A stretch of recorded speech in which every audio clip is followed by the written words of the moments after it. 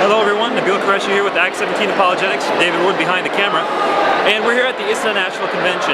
Now, I've said many times already, you've probably heard this before, that the people here at ISNA are very open, very kind, very welcoming. They're willing to ask questions, they're willing to answer questions, and they're willing to help you to find the answers if they don't know the answers. Now, this is the kind of discourse that I was expecting to see in Dearborn, Michigan. However, we all know that we didn't find any of that. However, even though the people here are very peaceful, very open, very multicultural and pluralist, I find that there are still problems with this version of Islam. Now, if Islam were truly as peaceful as everyone here at ISNA says it is, then I would have much less of a problem with it. It would just be a matter of it being the false religion, one of many, and I wouldn't spend so much time talking about it.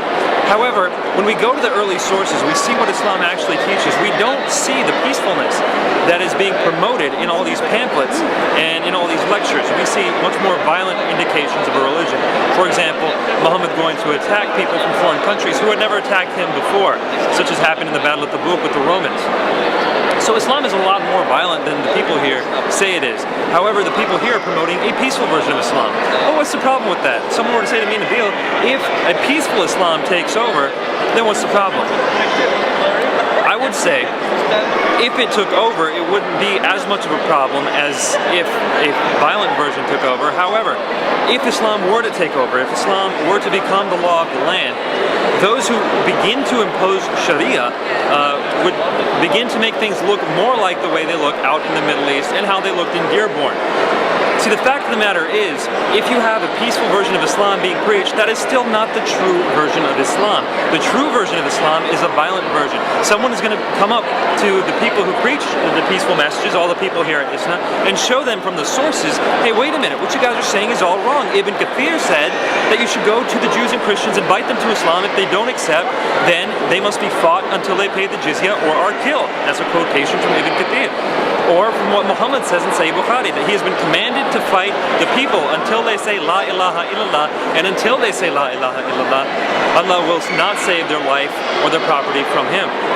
These are the actual quotations. If someone goes and shows these Muslims those quotations after Islam has already taken over, then we can very well expect a not so peaceful version of Islam. The other problem is that if people are preaching a very peaceful version of Islam, then people out in the West who don't know any better are going to hear that version and they're going to be galvanized. Their concerns are going to be assuaged, and now you have a bunch of people who are not worried about Islam.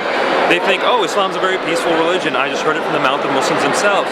However, they've only heard a version of Islam that is not well-founded, not well-grounded, and when Islam takes over, like I said earlier, it wouldn't be that peaceful version of Islam. So the main problems, number one, it's just not true. Number two, if Islam were true and the peaceful version took over, it would just be a matter of time before the violent version actually took over. And finally, going around preaching a peaceful version of Islam makes people less worried about the dangers of the true Islam, the violent Islam. So, in conclusion, I love the fact that people are teaching a peaceful Islam as far as Muslims are concerned. Now, if every Muslim became peaceful, I would love that. However, there are still dangers to it because it is not the true version of Islam.